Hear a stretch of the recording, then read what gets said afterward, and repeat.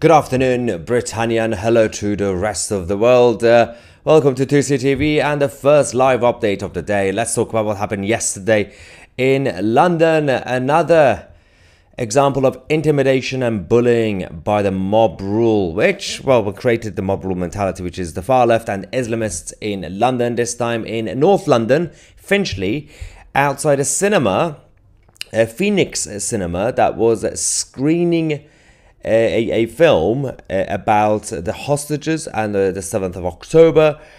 Things kicked off completely.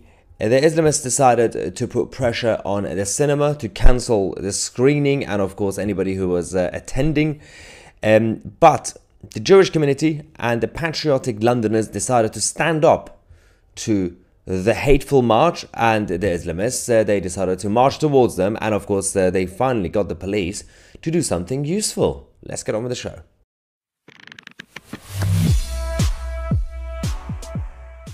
Alright, anyway, everybody in the live chat, we're going to get your reaction as usual. We already have almost 700 people watching. Make sure to click like. Let's talk about what happened. So, as I said, Phoenix cinema in North London, Finchley, decided to screen this film.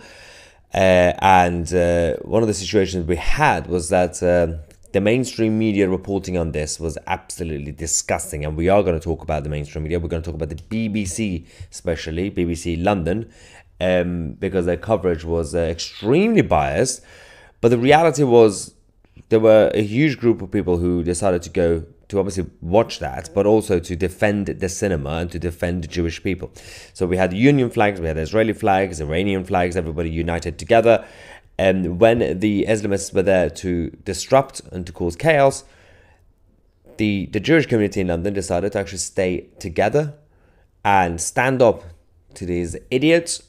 And of course, we had a situation where the police was forced to actually do their job properly. Let's go to the first video that we have from London.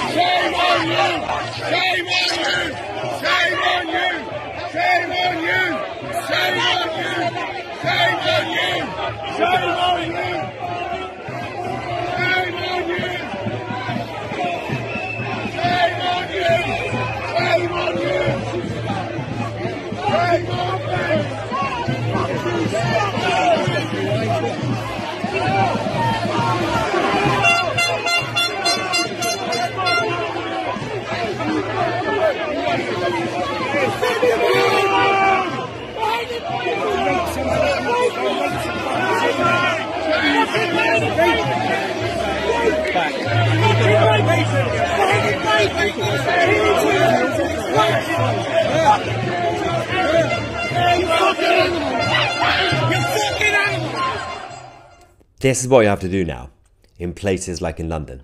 You can't just follow the orders from the police anymore. You have to stand up for your country and, of course, in defense of your values and your people, those who believe in freedom and life. So if the Jewish people and Londoners and patriotic Londoners were just listening to the police and stay in their cages as usual, in their pens, then the Islamists were going to fully take over. They decided to march towards them. They decided to chase them out, and of course they finally put pressure on the police to start arresting them. And the police had to, at the end, remove the Islamists from the scene, and this sends a good message to everybody else across the Western world who are facing similar problems. Let's go to the second clip.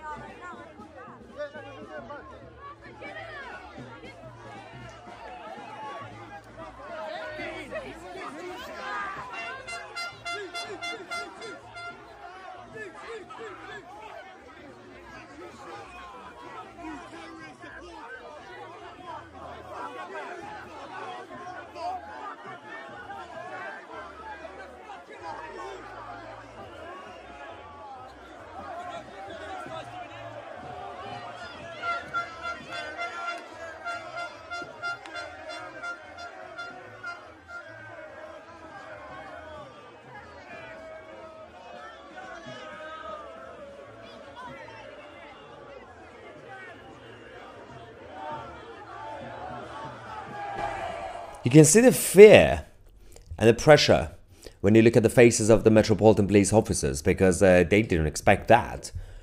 Until now, they simply try to keep the far left and Islamists happy because they're scared of the backlash. So what they end up doing, as I said, they usually put the patriots and the Jewish Londoners and Christians into cages. Stay in your place, because it's easier to scare them off.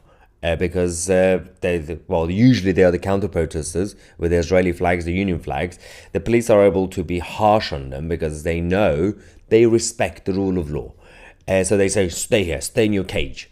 But they are absolutely terrified of the far left and Islamists. This time, we had those who were flying the Israeli flags, the Iranian flags, and the Union flags, walking and marching together, side by side, towards the Islamist protesters to make sure they are defending the cinema that was doing the screening, and of course everybody else in Finchley, which is a hugely Jewish area as well, and Iranian as well. And the police were freaking out. That's why the police had to, for the first time actually, go hard on the Islamists and forcefully remove them from the area and arrest a couple of them, and of course force them to go back to the underground stations and everything else. Let's go to the next clip.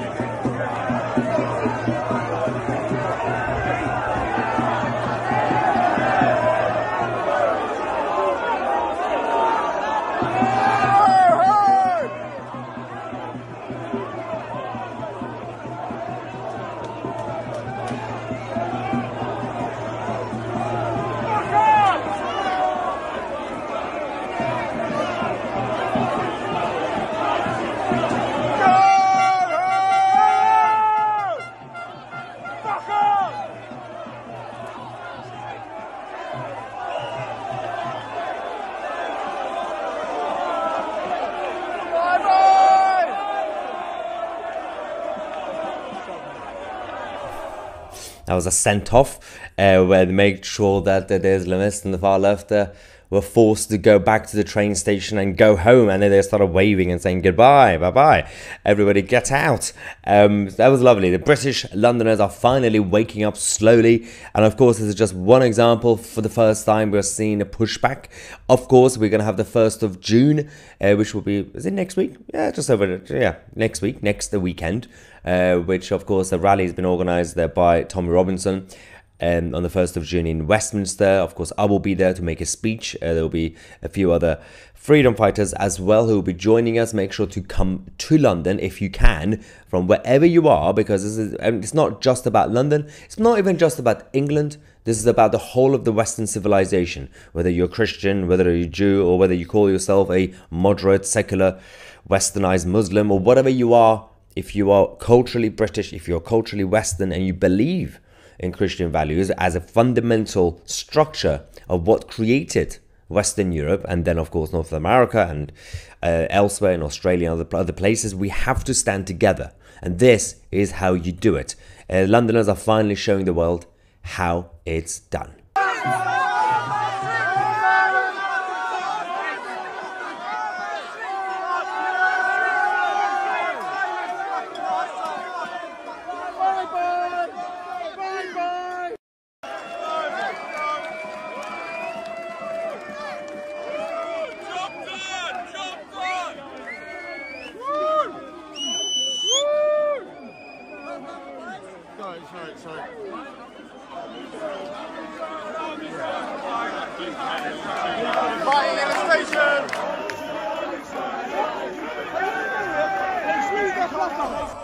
Another small victory for freedom fighters and all those who believe in life and freedom. So tomorrow, of course, another Saturday, we're going to have another hate march in central London. And of course, 2CTV will be there, despite all the death threats, because apparently they are so peaceful that they send me death threats every Saturday.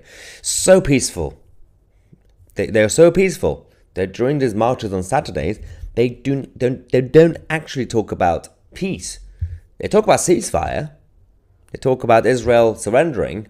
They don't talk about peace. They don't talk about life. They, in fact, proudly chant and say that we would rather choose death over this life because they think something better is waiting for them on the other side. Good luck with that. So, we got that to deal with. And then, of course, the situation with the Finchley incident, when the far left tried to, with the Islamists, create intimidation. The whole point was to do cancel culture. The whole point was to force the cinema to close down the whole thing, to not screen a film about the hostages and the October the 7th. Londoners said no. And we also have this, there's a few seconds of this, and I'm going to talk about the BBC because the disgusting, biased BBC's vile coverage needs to be called out after this. Bring our people home, bring our girls home, our boys home, our babies home, our Holocaust survivors home, bring them home now. Together we will win, always. So, let's talk about the corporate media, and let's talk about the BBC. British bashing corporation. Alright, these guys decided to do a report last night after what happened in Finchley. A cinema screening a film, Islamists trying to shut it down, and patriotic Londoners and the Jews and Christians together fought against them, forced them to leave the area, defended the cinema. Right? That's a summary. According to BBC London, BBC News, the Islamists were there to hold a vigil, a respectful vigil. Yeah. And apparently, it was in fact the Jews who created chaos. Let's go to the BBC. Now to some other stories in the headlines. Pro-Israel protesters celebrated tonight after chasing away pro-Palestinian supporters who were holding a vigil outside the Phoenix Cinema in East Finchley. The vigil was in protest at a film about the October 7th attacks. Earlier, the cinema was daubed in graffiti. Supporters of Israel danced in the street into the evening. Sorry, what? The pro-Israelis in London, not the Jews, pro-Israelis, chased away the pro-Palestinians, not pro-Hamas, not Islamists, pro-Palestinians, while the Palestinian ones were supporters of Palestine, were holding a vigil, guys. They were holding a vigil. These evil pro-Israeli people in Finchley, how dare they chase away an innocent, peaceful, loving pro-Palestinians for holding a vigil. Holding a vigil. They were literally targeting the cinema. They spray painted the whole thing. I'm going to find the pictures. Look at this. Look what they did. Look literally what they did to this cinema. And it gets worse. The whole thing gets worse. They were trying to target every single person there. They don't talk about peace. They talk about death and misery because that's what they love. And when we give them what they want, when the IDF take out their leaders, when the helicopters crash in Iran and we celebrate, people say, well, how dare you? This is mean. They lost their lives. This is what they want. They want to die. They keep saying they don't like this life. They keep saying they prefer death. So let's celebrate it. They want to be celebrated. These are the images we have from the cinema. Look, Phoenix Cinema. They are peaceful vigil, apparently, according to BBC. Spray painted the actual...